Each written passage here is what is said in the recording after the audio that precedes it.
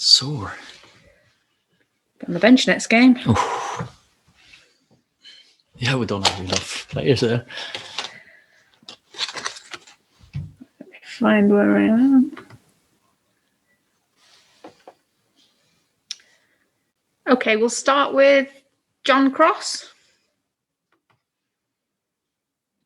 Hello, Ollie. I was just wondering. Hi, John. Hello. Just wondering how the sorry, I know you got a bit of an echo. Apologies. I'm just wondering. It was such a good performance, such a turnaround.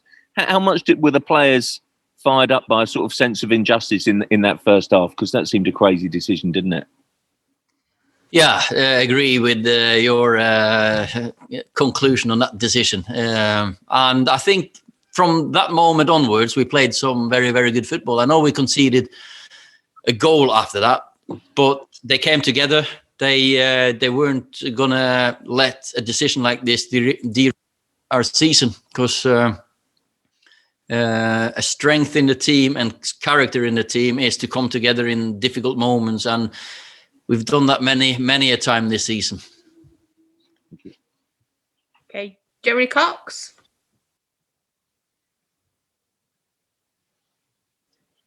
Hi, Ollie. Congratulations on the win. Thanks. You're 11 points behind City with a game in hand. Is it still theoretically possible you can catch them? Do you hold on to that belief? It's not theoretically impossible, but it would take a lot, and would take a miracle. But sometimes for us, though, it's we just have to get as many points on the board as possible and keep getting the wins that we need to make sure we've improved from last season, and we want to at least get as close to them as possible. Sam Luckhurst. Hi, Ollie. I know it's still uncertain whether Edison will stay or not, but was his performance everything you wanted from a striker after he had that disallowed goal? Yeah, fantastic performance. I've said a couple of things about Edison today that we're awaiting his decision if he wants to stay or if he wants to move on. Of course, it's a performance like today. We, as a club, we have missed for a few years. We haven't had that type of number 9 for a long spell, and Edinson has been working so hard to get fit, and now he's getting a couple of games in a short space of time, and we can see that the boys played a little bit to his strengths as well, because the cross from Mason, brilliant. The pass through from Paul, brilliant, because we know Edinson's movement, and for Fred's goal as well, Edinson's movement is the key to the goal. Carl Anker. Good afternoon, Ollie, and congratulations on the result. Thanks. I want to build up a little bit on what you just mentioned there about Cavani and what he brings to the team. United were very composed in front of Tottenham Hotspur's penalty area, a lot of passing triangles and diamonds. How did you make such a structure possible, especially when you've just flown back from Spain on Thursday?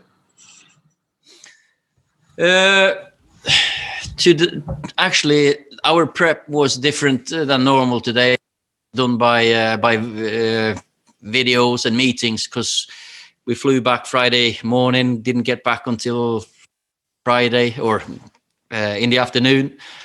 They needed some recovery again on Saturday, so we prepared everything. We don't go too far away from our principles anyway, and we know Tottenham they're always difficult to play through.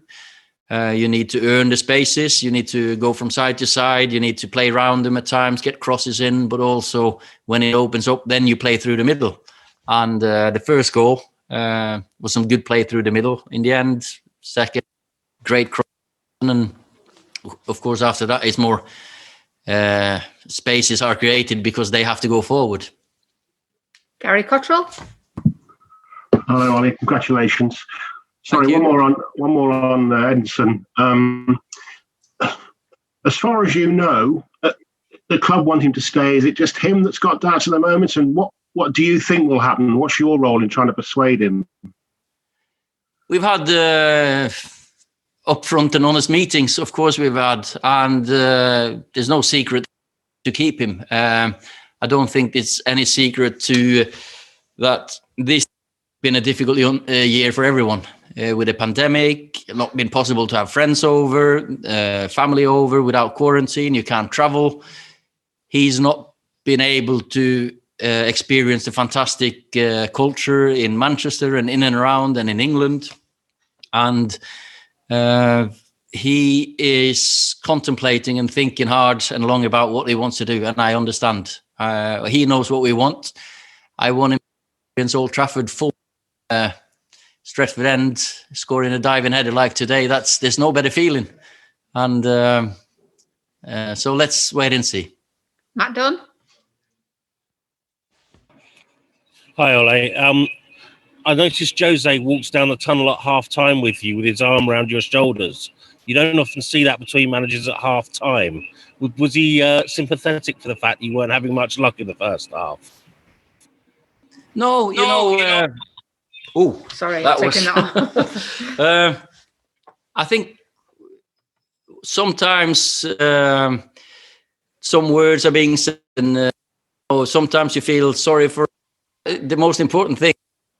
We're good colleagues and friends before, after, and sometimes during a game you can have a little bit of a dispute, and I think we've got the utmost respect for each other, and I think that's the point here, that sometimes it's some words being said that you don't really I had a couple of words I can take back at that time. Okay, last question for Brad Cox. Hi, Ollie. We've laughed and joked about Fred's shooting ability in the past, but how happy are you to see him get a goal finally? Oh, great. I'm so happy. He keeps practicing. We had a good session on, yesterday, actually.